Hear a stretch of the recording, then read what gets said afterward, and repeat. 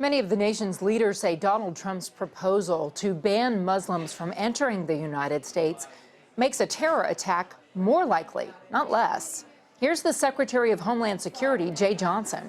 And a leading candidate for office proposes something that is irresponsible, probably illegal, unconstitutional, and contrary to international law, un-American, and will actually hurt our efforts at Homeland Security and national security.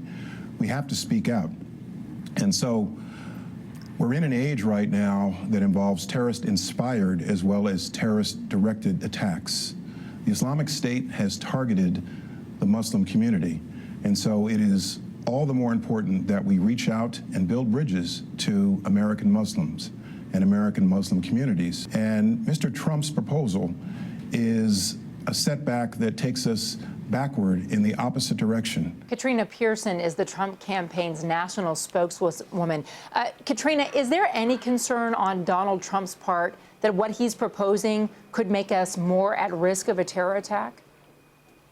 No, and I think it's absurd that people are actually saying that, considering we just had a terrorist attack prior to Donald Trump saying anything. ISIS wants to destroy America, period. It doesn't matter what we say or what we do. And where has this bridge building been going on with the Muslim community for the last 7 years? All Donald Trump is saying, because we had breaking news today that the House has voted on a measure to reform the visa waiver program.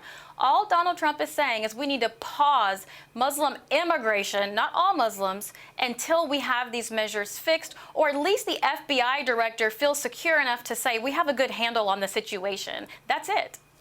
When we're talking about what motivates people with hate, Donald Trump has been very outspoken in saying that Muslim people are full of hate. Last night in South Carolina, I want to play part of what he said about violent emotion that others may be feeling. It's obvious to anybody the hatred is beyond comprehension of such a big portion. Where the hatred comes from and why, we will have to determine. We're going to have to figure it out. We have to figure it out. We can't live like this. How would banning Muslim immigrants from coming into this country help end that hatred? Well, I don't think you can end the hatred, Contessa. I mean, we're dealing with an Islamic State, people that want to wage jihad and establish a caliphate on the world. I mean, this isn't something that can be solved. Well, that's what we true. have to do is protect Katrina, our nation. That's true of ISIS, but Muslim immigrants in general are not ISIS. Why would you lump Muslim immigrants in with a terror group like ISIS? Well, because we heard today the Department of Homeland Security, or yesterday rather, who announced that the Counterterrorism Center has said they have proof and identified radicals who've infiltrated the refugee program.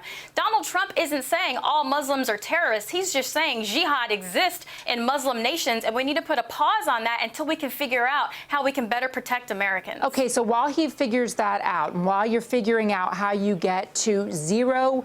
Well, I think Congress is doing that now. Okay, 0% threat risk. Let me ask you, this year alone, when we're looking at mass shootings, we saw the Lafayette Theater shooting, 3 people killed. The Emmanuel Church in Charleston, South Carolina, you had 9 people killed. The Umpqua Community College massacre there, 10 people dead at a community college. All those gunmen with questionable links to mental illness. What then would be Trump's proposal to do with people who are suffering from mental health issues? Well, actually, Mr. Trump has been talking a lot about mental health in this country. There isn't a lot of access to it. But these crimes are not the same as radical Islamic jihad. And I'll point to an MSNBC poll that came out here recently that was heavily weighted by Democrats and, more importantly, Latinos, who say they are more concerned about their family member being in a terrorist attack than being in gun violence. Is Donald Trump prepared to change the Constitution to support his proposal to ban Muslims from immigrating here?